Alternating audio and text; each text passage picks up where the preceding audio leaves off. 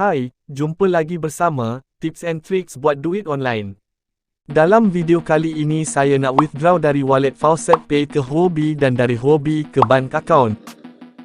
Boleh transfer dari Huobi ke nGo atau boleh top up prepaid korang, Western Union, Shopee, Pay dan banyak lagi. Semua duit saya dapat secara percuma sahaja, dari claim di website-website pembuat duit yang saya share di channel saya. So Faucetpay ni kita tak boleh terus transfer ke bank account, kita kena transfer ke wallet Huobi dulu, dari Huobi baru kita boleh transfer ke bank account.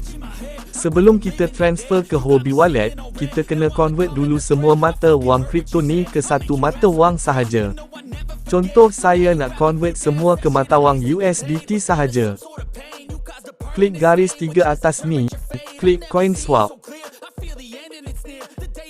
Convert semua mata wang ni ke mata wang USDT. Convert sampai habis.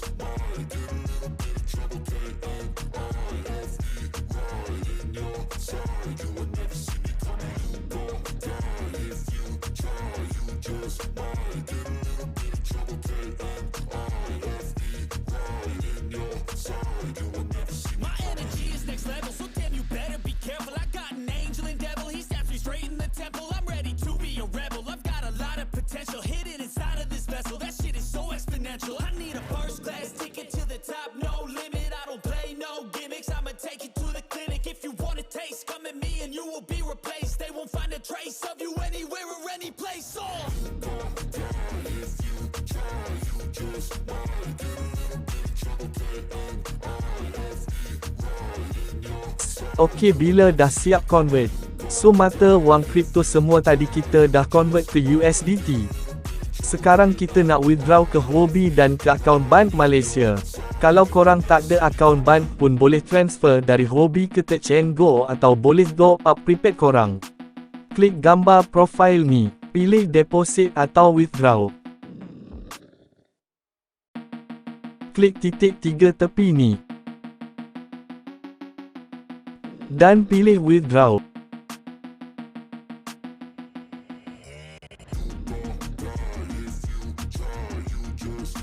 Adres ni kita kena copy adres dari wallet Huobi sebab kita nak transfer ke Huobi. Pergi ke wallet Huobi, klik asset dan klik deposit dan cari USDT.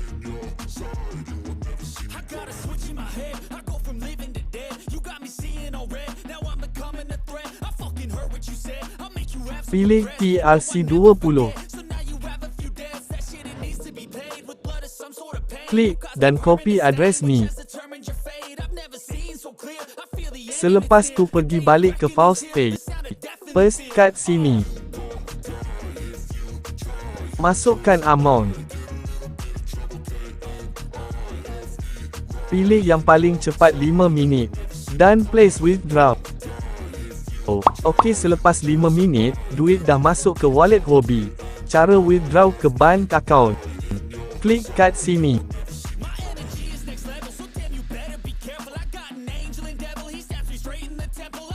Pilih deposit atau P2P. Kita nak jual USDT kita, so klik sell. Dan klik payment method. Dalam Huobi ni, korang boleh withdraw ke bank account, boleh ke nGo, Western Union, Shopee Pay, top up prepaid, dan banyak lagi.